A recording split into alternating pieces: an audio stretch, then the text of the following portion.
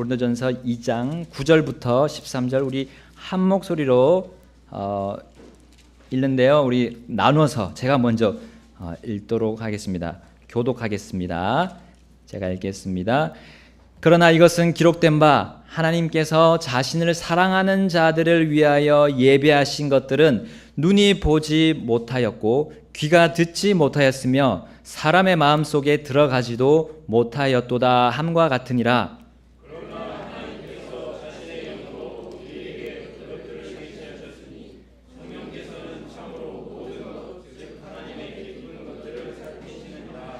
사람의 것들을 사람의 속에 있는 사람의 영 외에 어느 누가 알리요? 이와 같이 하나님의 것들도 하나님의 영 외에는 아무도 알지 못하느니라.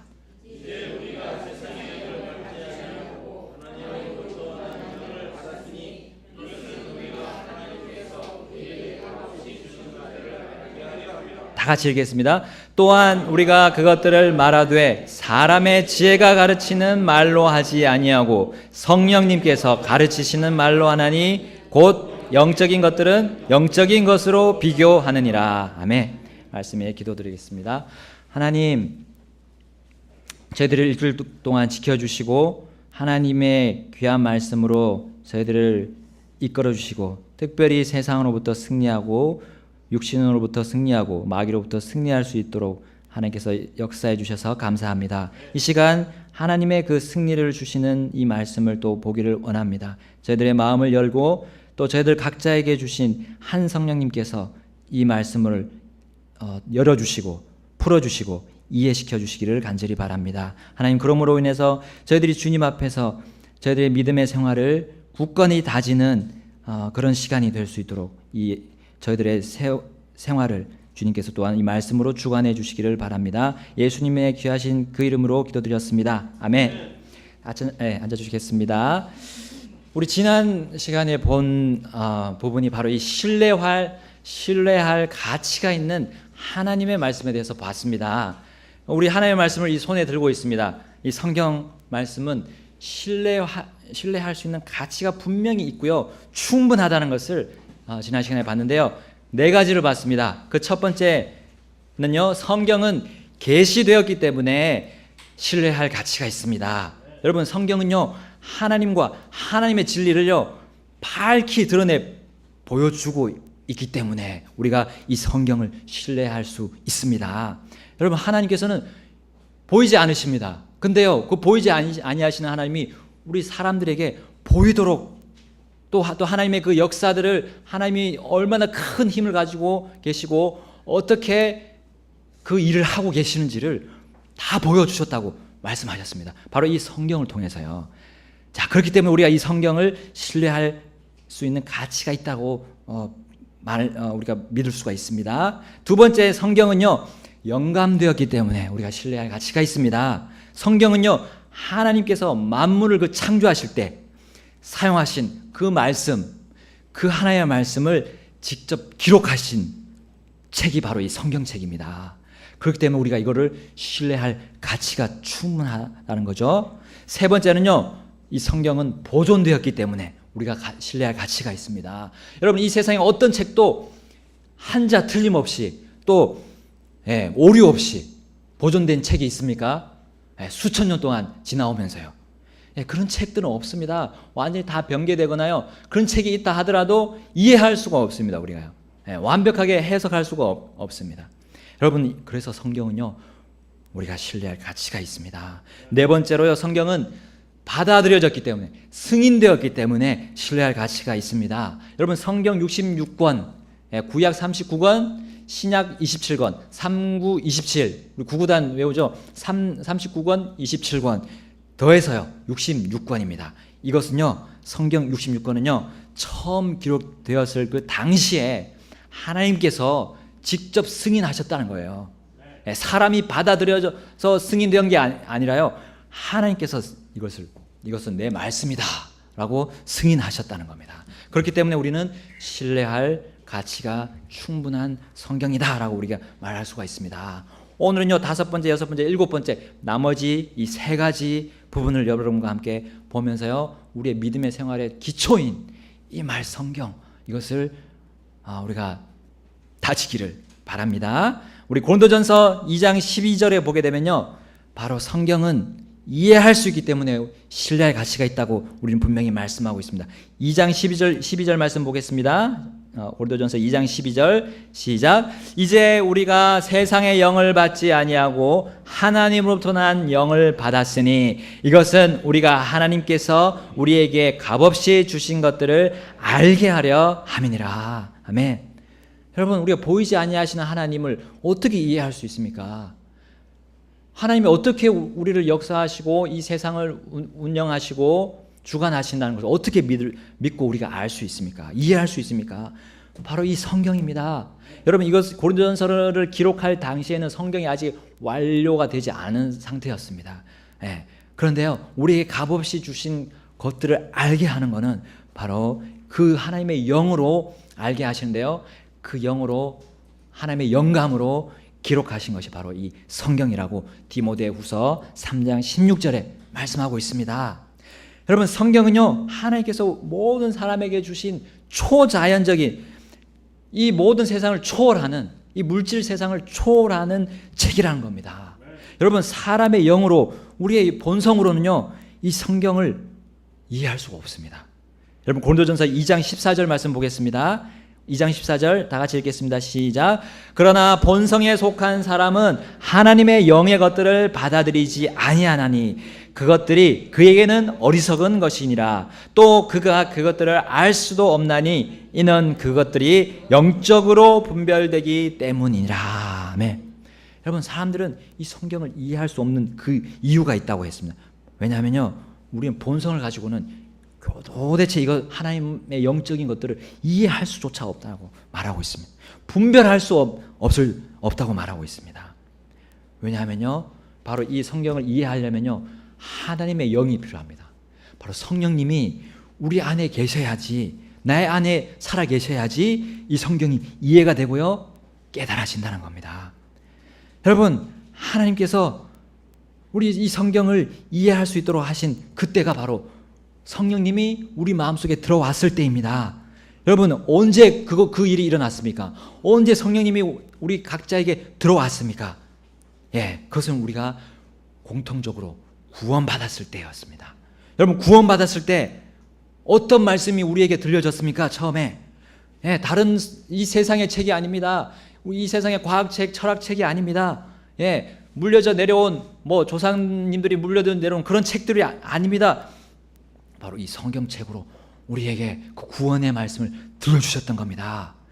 여러분, 이 구원의 말씀을 누가 가지고 왔습니까? 누가 들려줬습니까? 여러분, 구원받을 때 생각해 보십시오.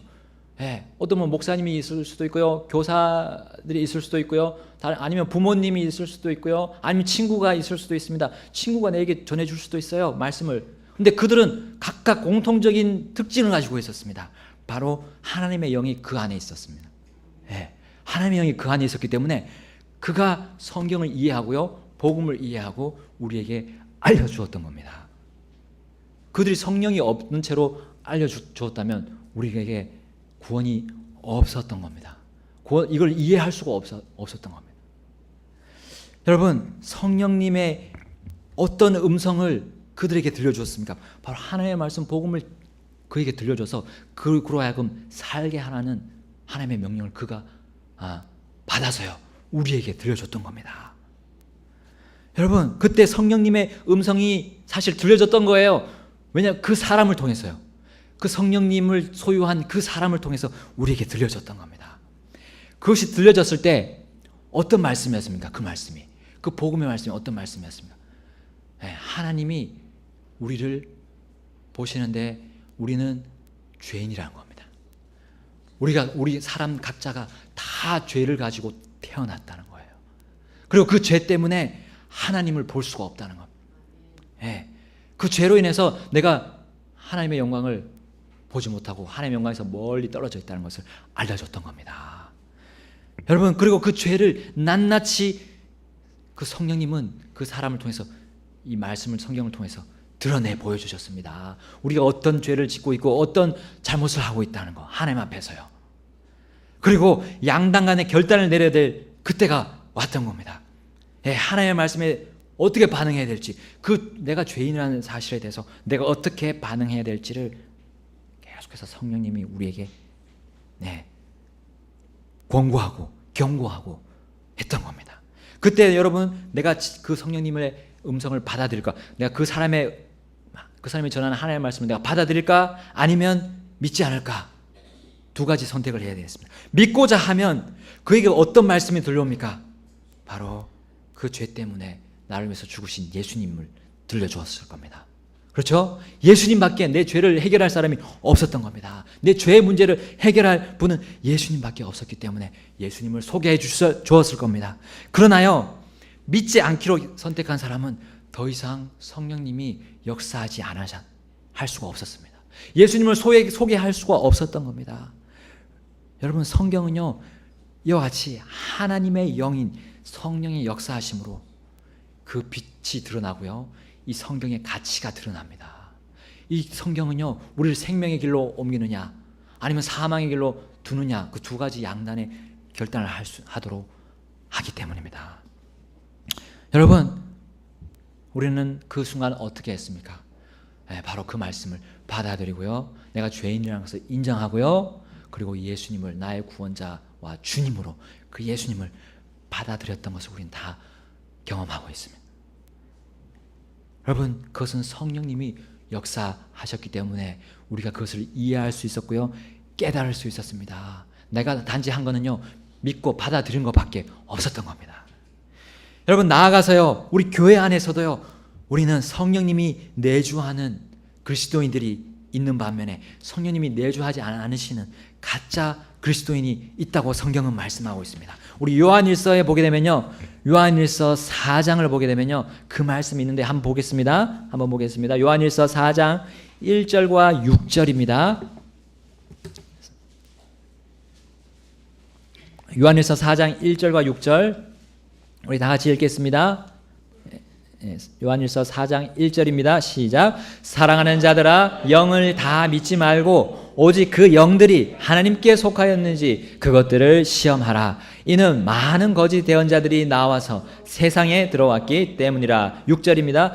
우리는 하나님께 속하였은즉 하나님을 아는 자는 우리의 말을 듣고 하나님께 속하지 아니한 자는 우리의 말을 듣지 아니하나니 이로써 우리가 진리의 영과 오류의 영을 아느니라. 아멘.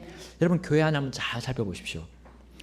하나님의 말씀을 말할 때요, 하나님의 말씀 있는 그대로 말할 때요, 여기에 대해서 반대하는 사람들의 그런 말이 있지 않은지요.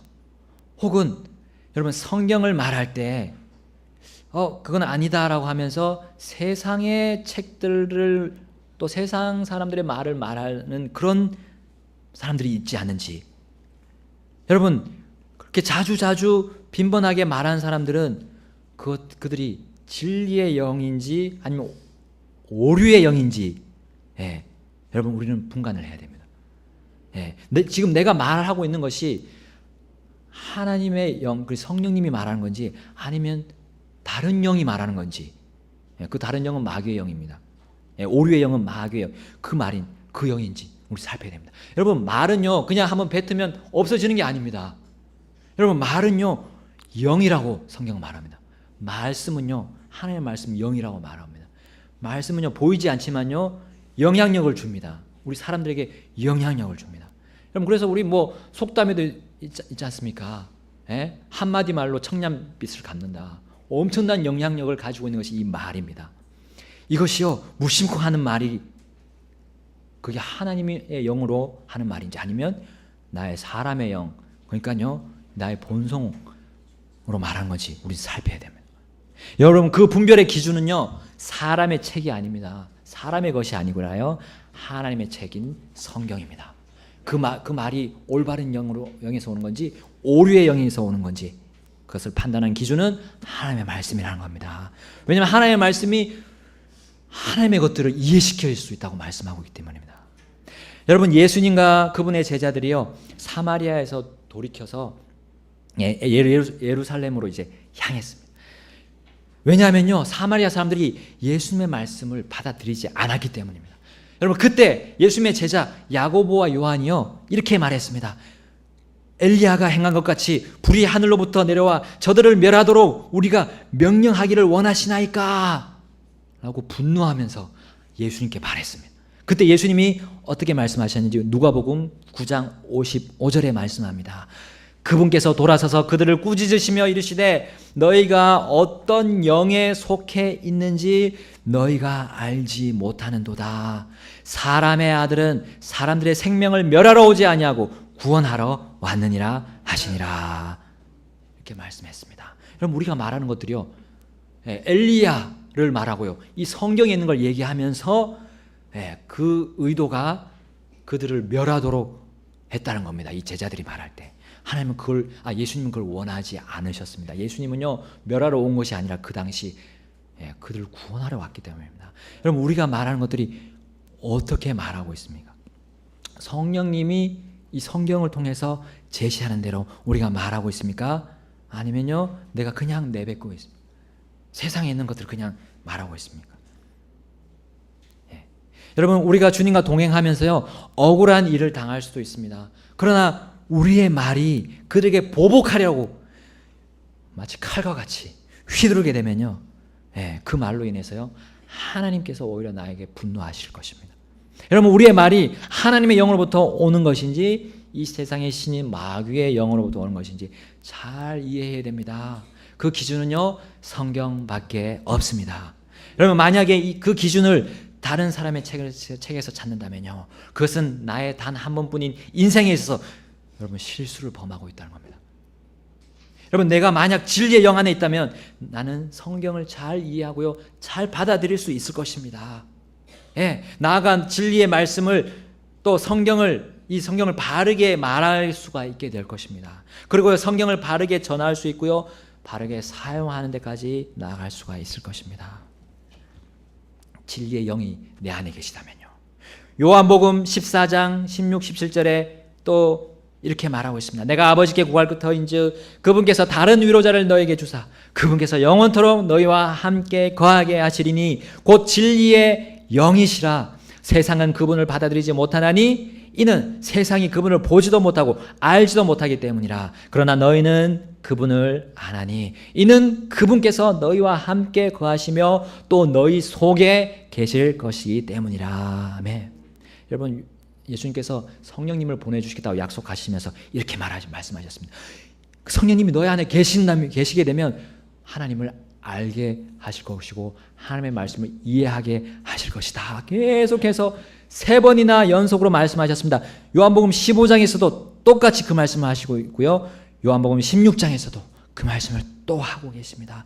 요한복음 16장에 보겠습니다. 16장 13, 14절에 그러나 그분 곧 진리의 영께서 오시면 너희를 모든 진리 가운데로 인도하시리니 그분은 스스로 말씀하지 아니하시고 무엇이든지 자기가 들을 것만을 말씀하시며 앞으로 일어날 일들을 너희에게 보이시리라. 그분께서 나를 영화롭게 하시리니, 바로 성령님께서 예수님을 영화롭게 하신다고 했습니다. 그리고 이는 그분께서 내게서 받아 그것을 너희에게 보이실 것이기 때문이라. 아멘.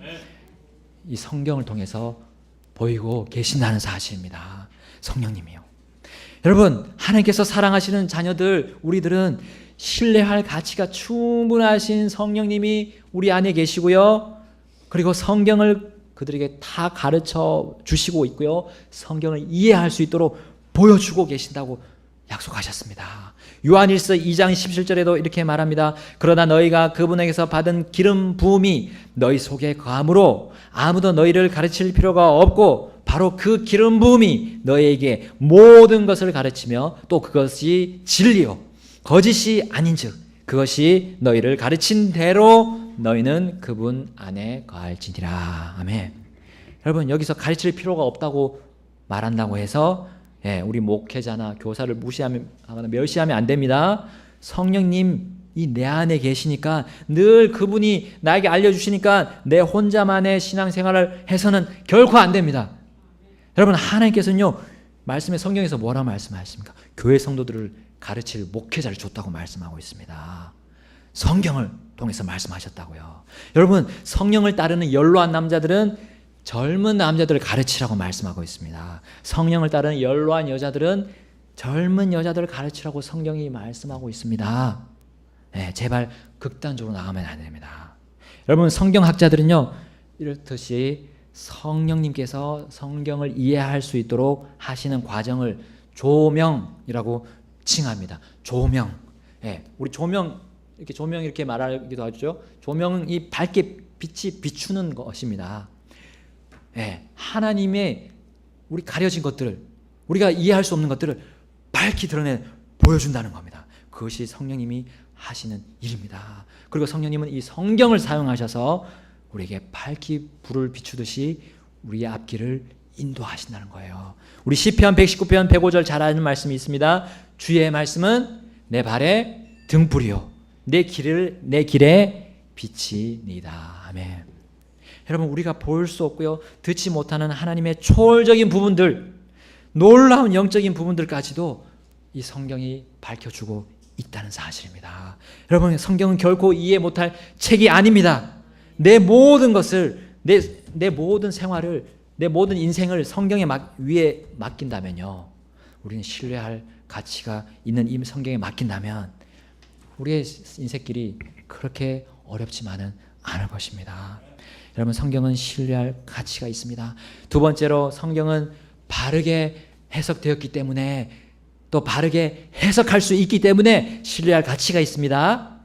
여러분, 만약에 성경이요 특정한 사람들만 해석할 수 있다면 우리 별로 신뢰할 수가 없습니다. 여러분, 옛날에 고전 수메르나 이집트, 마야, 고대 문명의 그 문자들, 그걸 잘 이해할 수 없습니다. 우리가요 정확하게 그 의미를 파악할 수가 없습니다. 지금까지 그게 만약에 파악됐다면요, 지금 다 이렇게 막 성경처럼 인쇄돼서 번역되고 출판되고 이렇게 되었을 것입니다. 근데 성경은요, 이해 가능하기 때문에요, 해석이 되기 때문에 지금 수천 년이 지나도 계속해서 출판되고 있습니다. 이런 책이 있습니까? 세상에 이런 책은 없습니다. 여러분요, 이 성경에는 굉장히 분량이 많은 것처럼 보입니다. 그리고 의미가 좀 잘 이해 안 될 수도 있습니다. 그런데요, 또 해석이 잘 안 될 수도 있는데요, 기본적인 큰 그림들은, 이 성경의 큰 그림들은 해석이 이미 완료되었다는 겁니다. 여러분, 이미 해독이 되었다는 거예요. 이 성경책에 대한 해석이 확실하고요, 그리고 우리가 신뢰할 가치가 분명하다는 겁니다. 여러분, 예를 들면요, 이미 오래전에 이 성경 해석은요, 단 한 번 전달된 믿음이라 불리면서 이미 독해가 되었습니다. 여러분, 유다서 1장 3절에 보면 이런 말씀이 있습니다. 유다서 1장 3절을 보겠습니다. 우리 신약성경 유다서, 계시록 바로 전입니다. 요한계시록 바로 전에 유다서 1장 3절 한번 읽어보겠습니다. 유다서 1장 3절입니다. 읽겠습니다. 시작. 사랑하는 자들아, 공통의 구원에 관하여 내가 너에게 쓰려고 모든 열심을 내던 차에 성도들에게 단 한 번 전달된 믿음을 위해 너희가 힘써 싸우라고 너에게 써서 권면할 필요를 느꼈노니. 아멘. 여기요, 유다, 바로 예수님의 육적인 동생, 형제 유다입니다. 이 유다가 뭐에 대해서 기록하려고 했습니까? 공통의 구원에 대해서 기록하려고 했습니다. 공통의 구원은 확실합니다. 다른 해석, 이게 논란의 여지가 없습니다. 그러나 논란의 여지가 있는 것들에 대해서 다루겠다는 거예요. 그게 바로 단 한 번 전달된 믿음. 이것은요, 이미 유다가 있던 당시에 이미 해석이 되고요, 하나님의 말씀에 대해서 독해가 되었다는 겁니다. 이것을 다시 너희들에게 그것을 위해서 힘써 싸우라고 권면할, 그것을 기록하기 위해서 이 유다가 성령님의 인도 받아서 썼다는 겁니다. 여러분, 단 한 번 전달된 믿음은요, 이미 끝난 겁니다. 하나님의 말씀에 대한, 또 이 성경에 대한 해석이 거의 큰 그림들은 끝났다는 겁니다. 여러분, 고린도전서 13장을 통해서 특별히 이 사도 시대에 은사로 주신 기적들, 방언, 병고침, 꿈이나 환상으로 계시하셨던 하나님의 그 방법들, 계시의 방법들이 어떻게 된다고 했습니까? 완전한 것이 오면 끝난다고 했습니다. 그것들이 이제 더 이상 끝난다고 했습니다. 여러분, 그 완전한 것에 대한 논란이 많습니다. 그런데요, 그 완전한 것은 문맥적으로 보게 되면요, 사랑입니다. 사랑. 예, 그 사랑은 우리 사람들한테 없는 그 사랑입니다. 영어로 charity라고 표현된 그 사랑, 하나님의 사랑입니다. 예, 그 하나님의 사랑을 가득 담고 있으신 분이 누구십니까? 예수님이십니다. 예, 예수님이시고요. 예수님이 오시면 그 모든 것이 끝난다고 했습니다. 그리고요, 나아가서요, 예수님을 보여주시는 완전한 책이 무엇입니까? 성경책입니다. 성경 66권이 완료되게 되면 그 부분적인 것들, 방언, 병고침, 은사 같은 것들, 그런 것들을 다 폐해진다고 말씀하셨습니다. 여러분, 성경 외에 이미 지나간 다른 계시들을 구하는 것은 결국 성경을 보지 않겠다는 의미입니다. 성경을 연구하지 않겠다는 의미입니다. 여러분, 이것은 사람의 불완전한 감각과 지식과 논리를 가지고 하나님을 한번 살펴보겠다는 거예요. 하나님 보입니까? 우리의 본성으로 사람이 가지고 있는 것들로 하나님을 볼 수가 없습니다. 여러분, 성경 이외의 다른 것을 그리스도인의 삶의 기준으로 덧붙이려고 한다면 위험해집니다. 성경이 이미 하나님이 다 계시돼서 완료를 시켰습니다. 하나님이 어떤 분이시고 하나님이 무슨 계획을 가지고 계시고 어떤 목적을 가지고 계신지 다 알려주고 계십니다. 여러분, 사람은요, 시간이 지나면요, 또 세대를 거치면요, 그들이 가지고 있던 바른 것들이 이게 허물어집니다. 여러분, 이제 우리 열왕기 이제 사무엘 읽고 있잖아요. 이제 열왕기에 넘어가게 되면 이 왕들이 점점 타락하는 모습을 볼 수 있습니다. 우리 사람은요, 시간이 지나면 그 좋은 것들을, 하나님이 주신 것들을 다 잃어버리는 그런 현상이 벌어집니다. 그렇기 때문에 유다는 이렇게 말했습니다. 너희들에게 단 한 번 전달된 믿음, 바로 이 성경의 바른 해석들을 잃어버리지 않도록 싸우라고 했습니다. 싸우라고 했습니다. 여러분, 전투입니다. 영적인 전쟁이에요. 이 우리가 받은 믿음, 바른 해석을, 성경의 바른 해석을 하는 거는, 이걸 가져가는 거는, 그리고 전수하는 거는, 우리의 세대들, 아래 세대들에게 전수하는 거는 싸우는 일입니다. 왜 그렇게 싸우려고 했습니까? 거기 이유가 있습니다. 유다서 1장 4절을 보겠습니다. 4절 다 같이 읽겠습니다. 시작. 이는 알지 못하는 가운데 기어 들어온 어떤 자들이 있기 때문이라. 그들은 이 정죄를 받도록 옛적부터 미리 정해진 자들이요, 우리 하나님의 은혜를 세귑거리로 바꾸고 유일하신 주 하나님과 우리 주 예수 그리스도를 부인하는 경건치 아니한 자들이라. 여러분, 하나님께서 성경의 기록을 완료하고 해석하시고 이제 더 이상 필요 없는 계시들을, 과거 한때 이 말씀이 완료되지 않을 때 주신 그 부분적인 은사들을 계속해서 내가 가지고 가고 붙잡고 가려고 한다면 바로 그것이요, 하나님의 은혜를 세귑거리로 바꾸는 것입니다. 여러분, 세귑이라고 해서 몸을 탐하는 것이 아닙니다. 그것은요, 우리의 영적인 세귑도 있습니다. 영적인 세귑은요, 하나님께서 하지 말라고 그쳤다고 하는 것을 계속 내 욕심으로 한번 해보고 경험해 보려고 하는 그 욕심입니다. 그 욕구입니다. 하나님에 대해서 알면서도요, 하나님이 기록된 말씀이 여기 있는 것에 대해서 알면서도 자꾸 그런 것들을 찾아가는 겁니다. 그 내 육신의 욕심으로 찾아가려고 합니다. 이렇게 되면요, 우리가 이 성경을 내 마음대로 해석하게 됩니다. 내 마음대로요. 내 마음이 끄는 대로. 그것이 우리가 단 한 번 전달받은 믿음입니까? 확고한 믿음입니까? 신뢰할 만한 믿음입니까? 아닙니다. 성경은 그렇게 말하고 있지 않기 때문입니다. 여러분, 소수의 무리가 이 성경을 내 생활의 유일한 기준으로 삼아 왔던 겁니다. 그 사람들을 이렇게 불렀습니다. 침례 성도들, 베프티스트, 이렇게 불러왔습니다. 여러분, 그들이 그 믿음을 지키기 위해서, 이 바른 해석을 지키기 위해서 어떻게 했습니까? 싸웠습니다. 침례를 위해서 싸웠습니다. 여러분, 유아들에게 침례 주는 것을 거부하면서 그들의 목숨을 바쳤습니다. 과연 여러분, 단지 이 성경 안에 있는 해석 때문에 그랬습니다. 성경 때문에 그랬습니다. 여러분, 우리가 그 믿음을 받았다면 우리도 싸워야 합니다.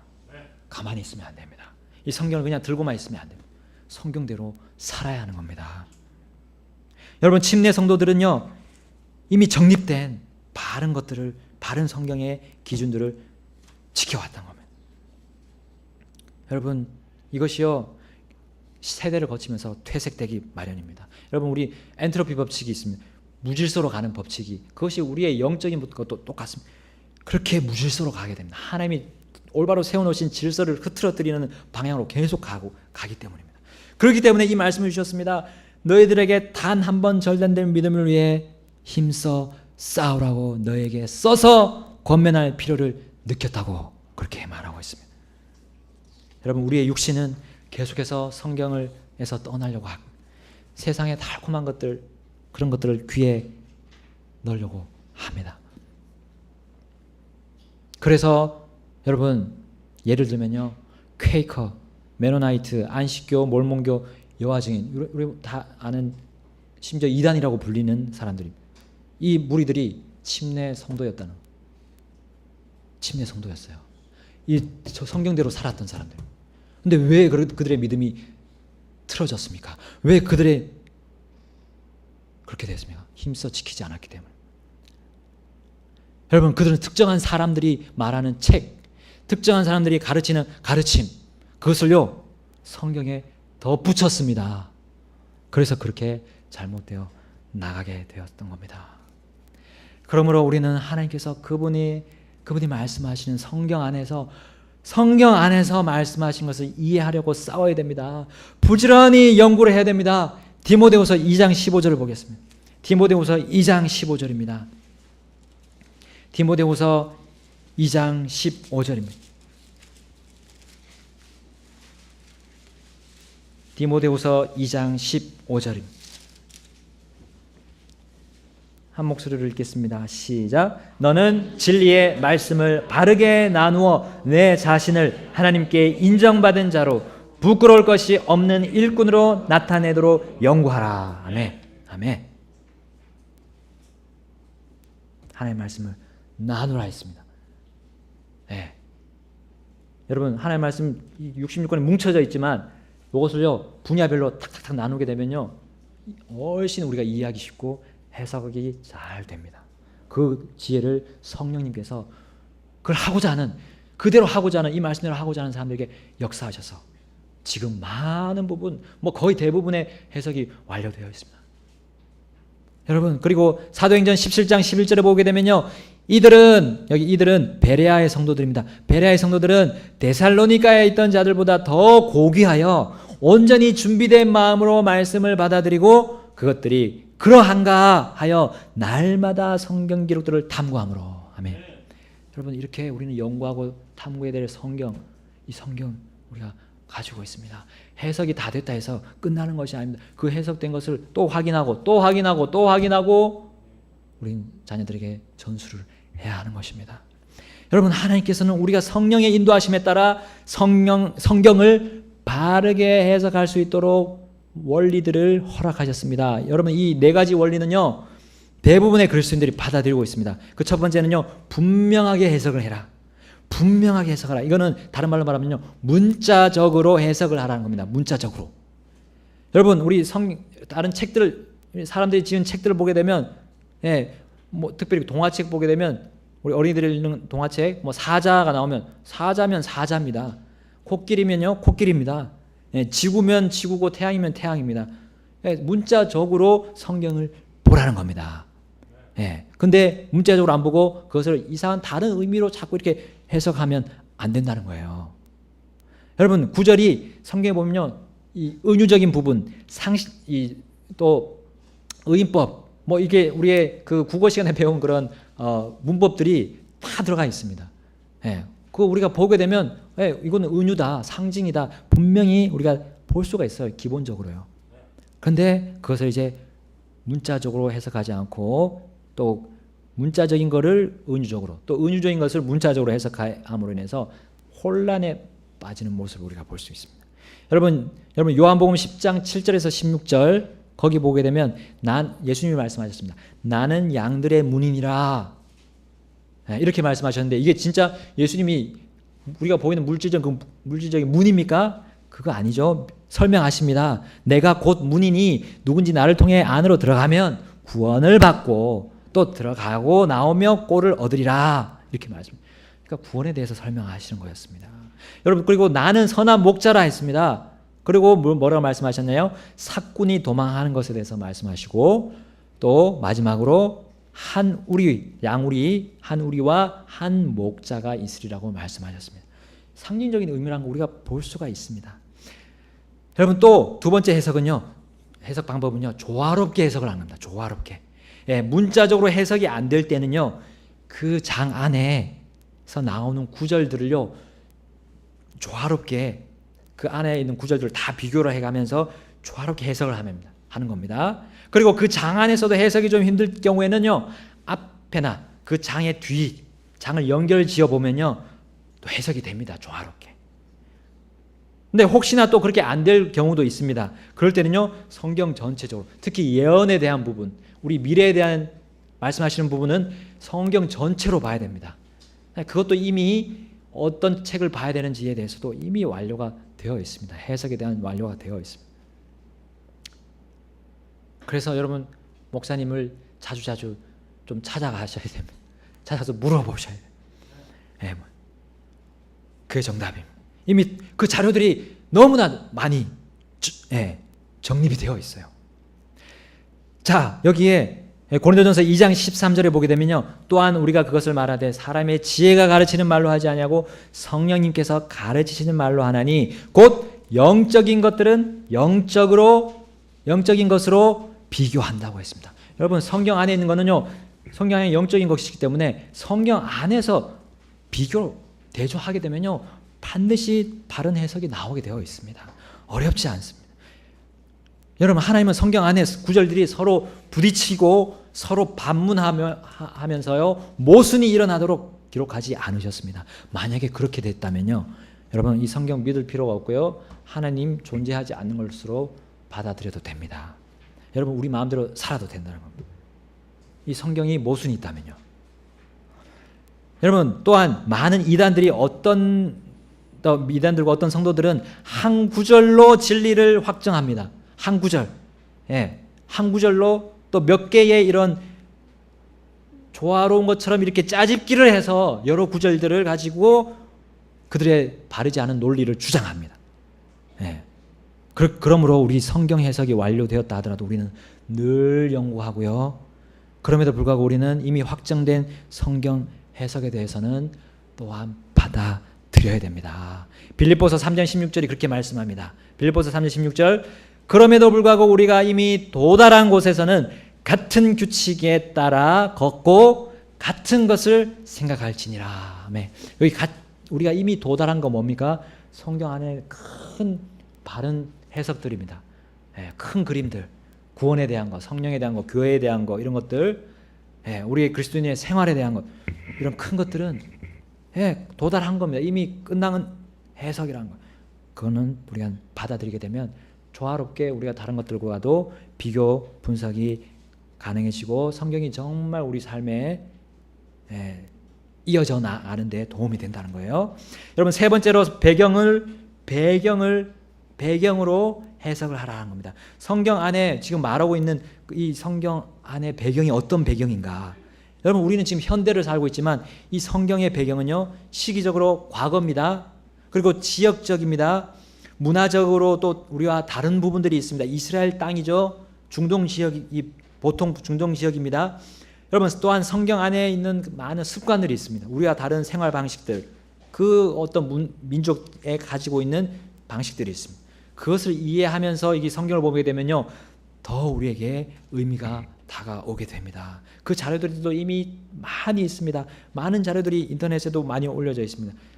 약간 부정확한 부분들도 있긴 하지만 웬만한 성경의 배경들은 이미 많은 부분 해석이 되어 있고요, 연구가 되어 있습니다. 찾아보는 사람은 찾아보게 되면, 여러분, 우리가 성경에 대한 것들에 대해서 찾아보게 되면 반드시 거기서 보물을 얻고요, 지혜를 얻는다고 성경은 말씀하고 있습니다.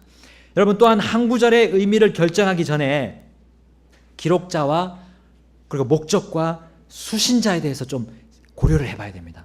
여러분 수신자를 잘못 선택함으로 인해서 바르지 않은 해석이 나옵니다. 수신자가 교회라면 믿는 자들에게 하는 말씀인데 어떤 사람 믿지 않는 자에게 하는 말씀이라고 그렇게 해석을 합니다. 그래서 어떻게 해석합니까? 야고보서나 요한일서를 보고 어떤 해석을 합니까? 구원을 잃을 수도 있다 이렇게 얘기합니다. 여러분 야고보서에 어떤 말씀이 있습니까?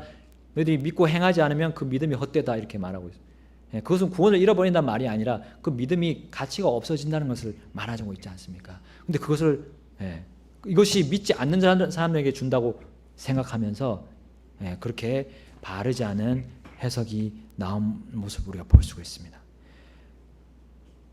여러분 우리 베드로후서 3장 16절에 바르지 않게 해석하는 사람이 어떻게 되느냐에 대해서 나옵니다. 그 결과가 어떠느냐에 대해서 우리에게 보여주고 있는데요. 베드로후서 3장 16절에 또 그의 모든 서신에서도 이것들에 관해 그 안에서 말하였을 때 그 안에 깨닫기 어려운 것이 덜어 있으므로 배우지 못하여 불안정한 자들이 다른 성경 기록들과 같이 그것들도 왜곡하다가 스스로 파멸에 이르느니라. 바르지 않는 해석을 하게 되면요 파멸에까지도 이를 수 있습니다. 그러므로 우리는 연구해야 됩니다. 성경을 공부하고 읽고요 묵상하고 내 스스로도 살펴봐야 됩니다. 마지막으로 해석의 방법 네 번째는요 겸손입니다. 겸손하게 해석을 하라. 성경을 공부하면서 편견과 개인적인 견해 그걸 제쳐놔야 됩니다.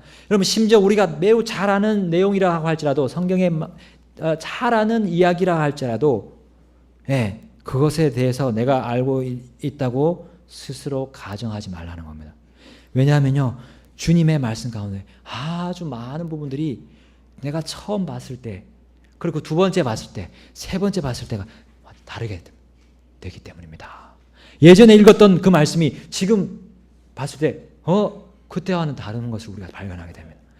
여러분 하나님의 말씀은 무한합니다. 무한한 에너지를 가지고 있고요 무한한 영향력을 우리에게 줍니다. 여러분 하나님은 무한하신 분이기 때문에 성경을 통해서 우리에게 계속 각가지 그 상황마다 그 연령대마다 다 다른 것을 우리에게 알려주고 있다는 거예요. 여러분 우리는 기대감과 함께요 성령님께서 나를 인도하셔서 또 다른 하나님의 놀라운 진리들을 보게 해달라고 기도해야 됩니다. 그것이 겸손으로 공부하는 성경을 연구하는 방법이고 해석하는 방법입니다. 우리 시편 119편 18절에 뭐라고 말씀하셨습니까? 주께서 내 눈을 여사 주의 법에서 나오는 놀라운 것들을 내가 보게 하소서. 아멘. 여러분 또한 하나님의 말씀에 대한 해석이 대부분 되어 있다고 해서요 우리는 결코 완전한 자가 아닙니다.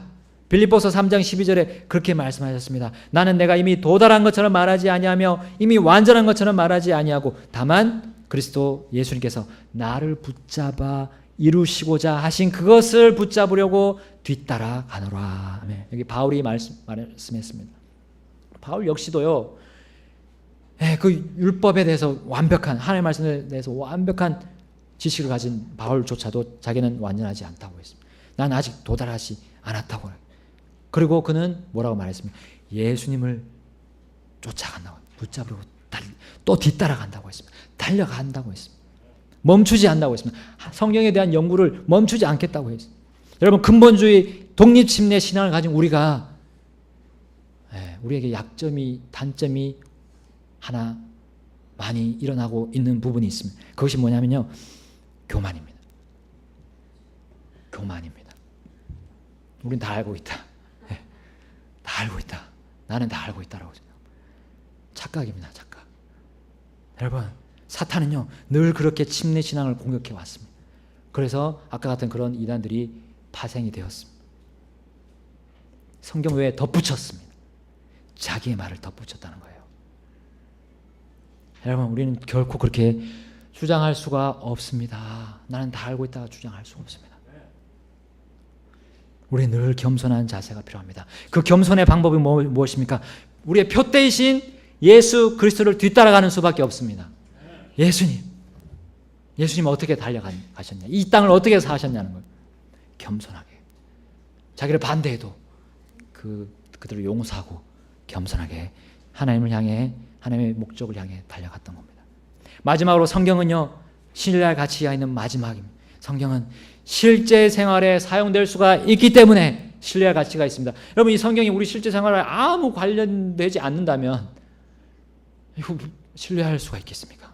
여러분, 성경은 바르게 연구해야만 하고요, 또 바르게 해석해야 됩니다. 그리고 그 이후에는요, 성경을 실제 생활에 사용해야 됩니다. 적용해야 됩니다. 성경은 우리 실제 생활에 사용할 수 있을 만큼, 큰 영향력을 가지고 있다는 겁니다. 성경 히브리서 4장 12절 보겠습니다. 히브리서 4장 12절 우리 한 목소리로 읽겠습니다.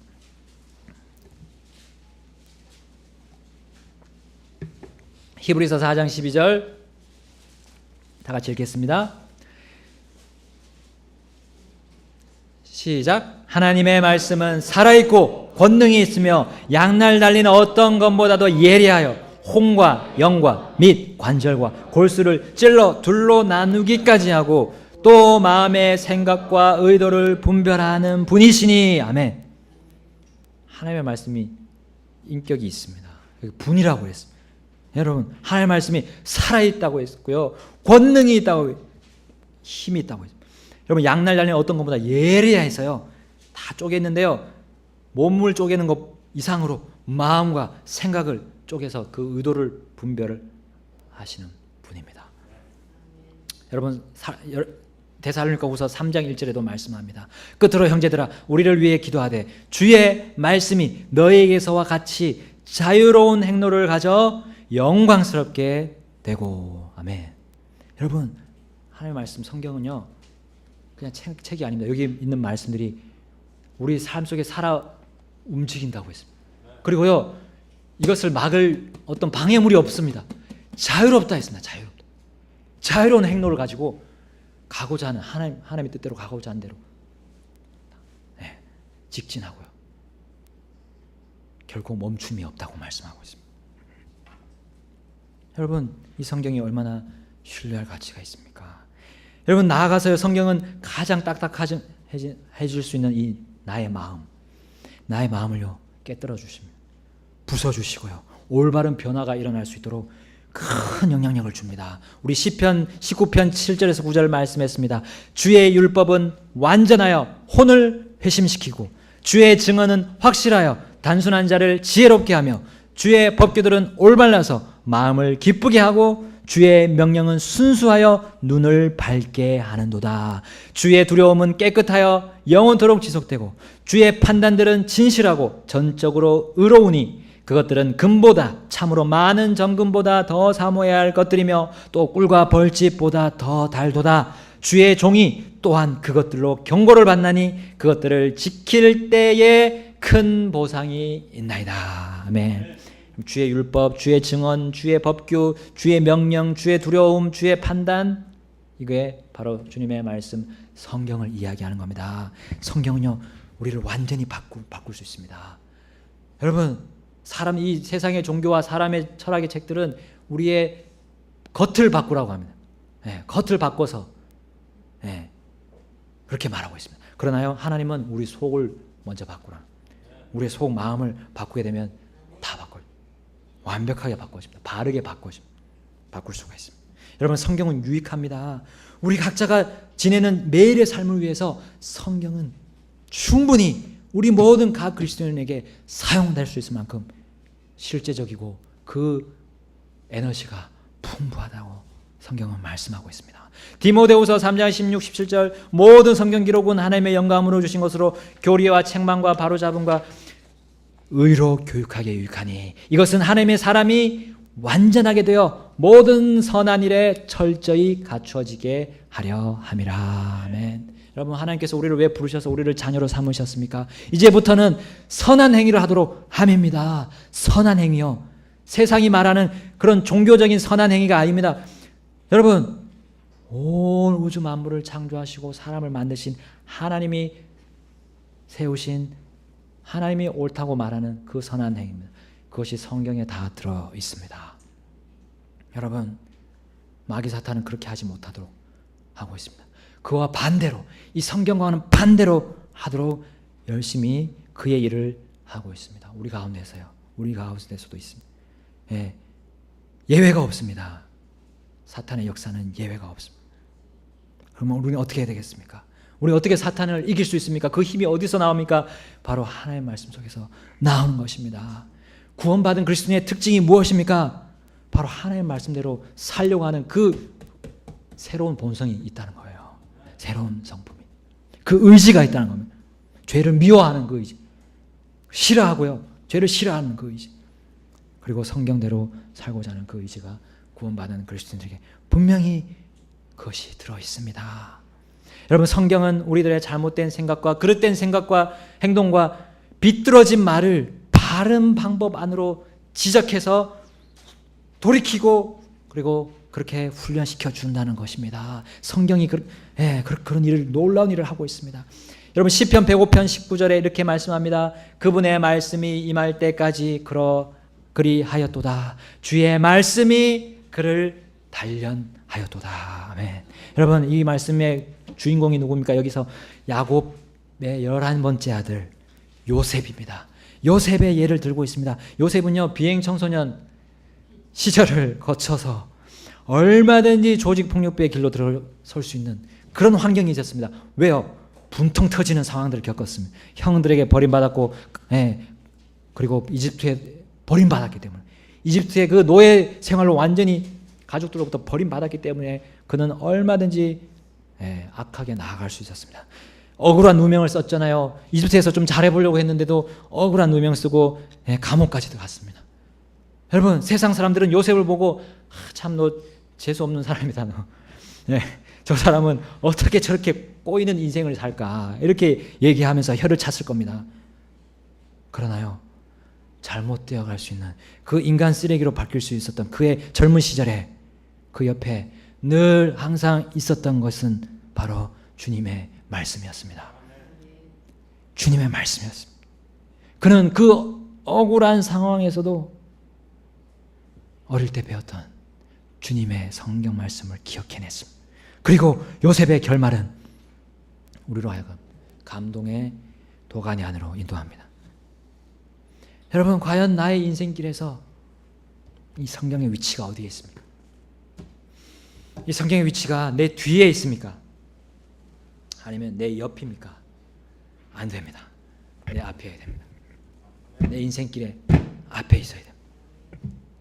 내가 가고 있는 길 앞에 이 성경이 펼쳐져 있어야 돼요. 요셉이 그랬기 때문에 그는 어두운 길에서 넘어지지 않고 밝은 빛 안에서 걸어갔습니다. 시편 119편 105절 말씀, 주의 말씀은 내 발에 등불이요 내 길에 빛이니이다. 여러분, 인생길이 잘 안 보입니까? 어떻게 될지 잘 모르겠습니까? 어떻게 나가야 될지 잘 모르겠습니다. 여기 성경 안으로 들어오십시오. 여러분, 성경은 홀로 서 있습니다. 성경은 홀로 서기를 할 수 있습니다. 그 누가 홀로 설 수 있습니까? 여러분, 사람이 어찌 혼자 살 수 있습니까? 그러나 성경은 홀로 서 있어 왔고요. 지금 여기 서 있습니다. 왜냐하면 이 책은요, 사람의 책이 아닙니다. 하나님의 책입니다. 하나님의 책입니다. 하나님이 유일하게 기록하신 그 책입니다. 다 같이 기도하시겠습니다.